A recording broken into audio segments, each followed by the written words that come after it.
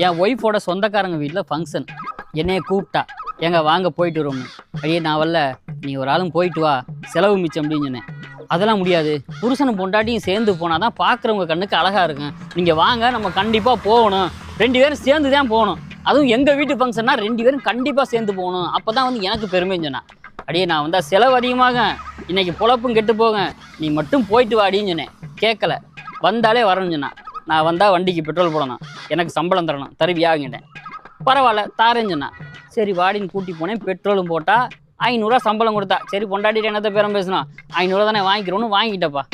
வாங்கிட்டு ஃபங்க்ஷனை முடிச்சுட்டு வீட்டில் வந்து இறங்குறேன், பைக்கை விட்டு இறங்குறேன். சம்பளம் எங்க, நீ சம்பளத்தை கொடுங்கன்னு கேட்குறா. கொடுத்த 500 சம்பளத்தையும் திருப்பி வீட்டுக்கு வந்தவொடனே சம்பளத்தை கொடுங்கன்னு கேட்குறாரு. எந்த விதத்தில் நியாயம்? இதுக்கு பேர் தான் மக்கள் வரி பணத்தை வாங்கி மக்கள்கிட்டயே கொடுக்குறது.